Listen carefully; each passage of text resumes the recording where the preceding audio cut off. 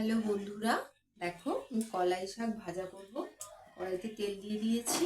এই যে কলাই শাক নুন আর হলুদ দিয়ে সেদ্ধ করে নিয়েছি, একদম ঝিরিঝিরি করে কুচিয়েছি।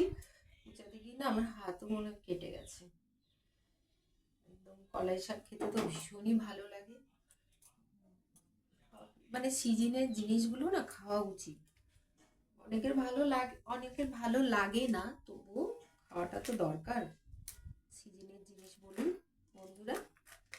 তো বন্ধুরা, আজকে আমার হচ্ছে নিরামিষ, সেই জন্য আমি শুধু তেল আর লঙ্কা দিয়েই ভাজবো, আর কিচ্ছু দেবো না।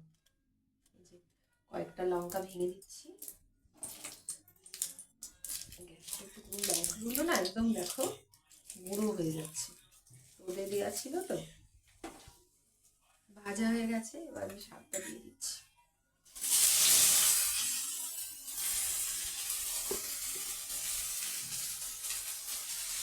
বন্ধুরা, শাকটা খুব ভালো করে নেড়ে নিয়েছি, একদম শুকনো শুকনো করে ভাজবো। এর মধ্যে পেঁয়াজ দিলে বেশি ভালো লাগে, কিন্তু আজকে পেঁয়াজ খাবো না, সোমবার, সেই জন্য আমি পেঁয়াজ দিচ্ছি না। তো এই শাকের না চচ্চড়িও হয়, অনেক কিছুই হয়, রান্না করলে তো সব কিছুই করা যায়। এই ভাজাটা আমার ভীষণ ভালো লাগে। প্রত্যেকটা জিনিসের না আলাদা স্বাদ, আলাদা গন্ধ। এই শাকটা না একটু টক টক মতো লাগে, একটু একটু অন্যরকম খেতে, তো ভালো লাগে। এর মধ্যে পেঁয়াজ রসুন করলে আরো ভালো লাগে, কিন্তু তাই বলে কি খাবো না। শাকটা বেশি দিন হয়ে গেলে আবার নষ্ট হয়ে যাবে, ওই জন্য।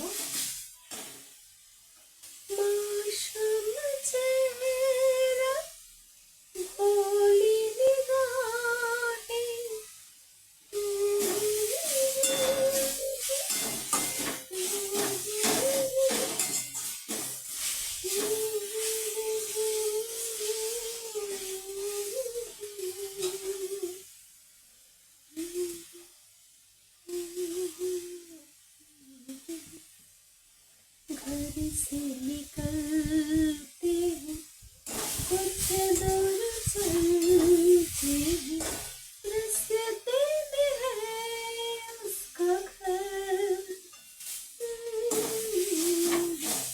कल सुबह देखा तो बाली बनाती है, रास्ते में आए नजर।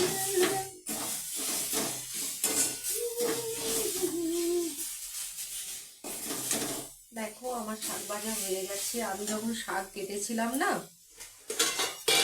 পুরো এই যে এক ঝুড়ি শাক কেটেছিলাম, দেখো রান্না করতে কতটুকু হয়ে গেছে। এই বাটির হয়তো এক বাটি হবে, একদম দেখো ছোট্ট বাটি। তো শাক তো দেখতে অনেকটা, কিন্তু একদম মজে যায়। আর আমি একদম শাক ভাজা অল্প খেতে পারি না, একটু বেশি খাই। এই শাকটা আমরা দুজন খাবো। শুভ দুপুর সবাইকে, দুপুর সবার ভালো কাটুক, সবাই খুব ভালো থাকো, নতুন বছর সবার খুব ভালোভাবে কাটুক। টাটা।